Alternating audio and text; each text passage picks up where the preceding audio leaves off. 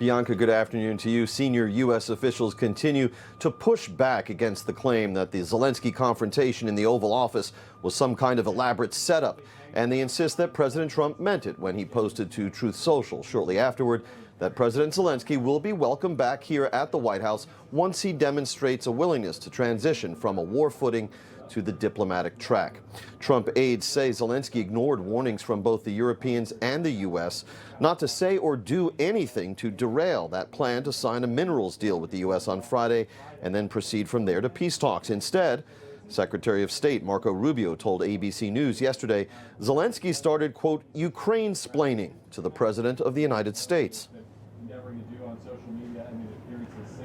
No one here is claiming Vladimir Putin is going to get the Nobel Peace Prize this year, or that he should be the Man of the Year of the Humanitarian Association. What we're arguing here is he has a very large country. They're in full war footing. They're cranking out weapons now at a war footing pace, and we need to figure out, is there a way to get them to stop the war? And the only way you're going to do that is to get Russians engaged in negotiations. It's necessary to apologize.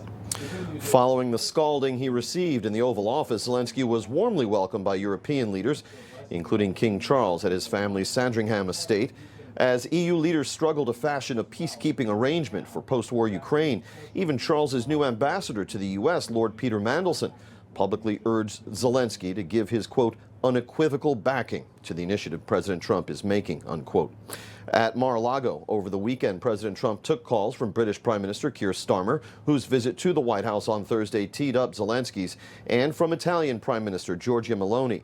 On CNN yesterday, White House National Security Advisor Mike Waltz was reminded that when Russia first invaded Ukraine 3 years ago, he was one of many public officials at that time who likened Zelenskyy's wartime leadership to that of Winston Churchill in World War II. We've been talking about it at great length for the last 2 weeks as a major priority for the U.S. But anything is bigger than that. He stood and fought for his people. President Zelenskyy stood and fought for Ukraine.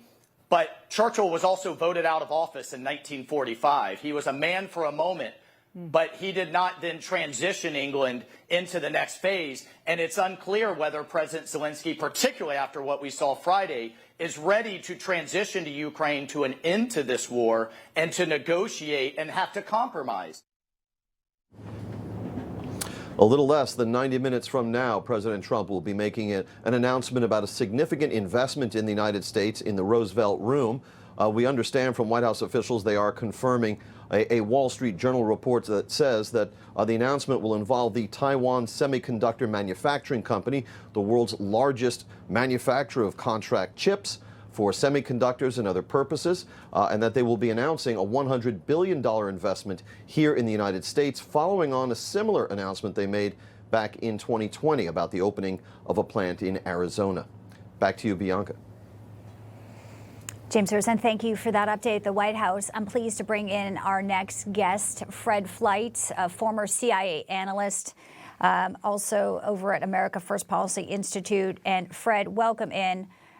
Obviously, there's a lot of fast-moving reaction today as well as Zelenskyy went to Europe. There's another meeting today with King Charles. It's great to have you with us. If he's signaling he's ready to sign a deal, and it does seem like Donald Trump, as we all saw on Friday, said the door's open, and 40 minutes of that exchange was not heated, as to remind you, and remind our viewers. There's also a bubbling report here that Zelenskyy also said a deal to end the war is still very, very far away, to which Donald Trump 20 minutes ago said that's the worst statement that could have been made by Zelenskyy.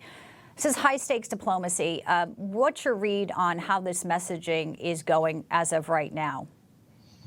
Well, my main read of the meeting last week is that Zelenskyy simply lacks situational awareness. Obviously, arguing with President Trump and the vice president in the Oval Office in front of the media was a bad idea. And I think that's what British and French leaders told him. And I'm glad Zelenskyy is now willing to sign this mineral agreement. He should have done that last week. But I am concerned about statements he's making. Trump wants to stop the killing. He wants an immediate ceasefire. These other issues that Zelenskyy is bringing up, they will be difficult to negotiate. I think some of them can be resolved. But Trump's priority is to stop the killing in a war that he believes has become a war of attrition that Ukraine will lose.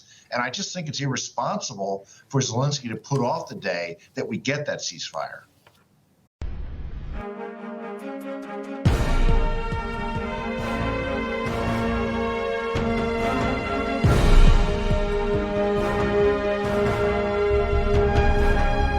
Newsline.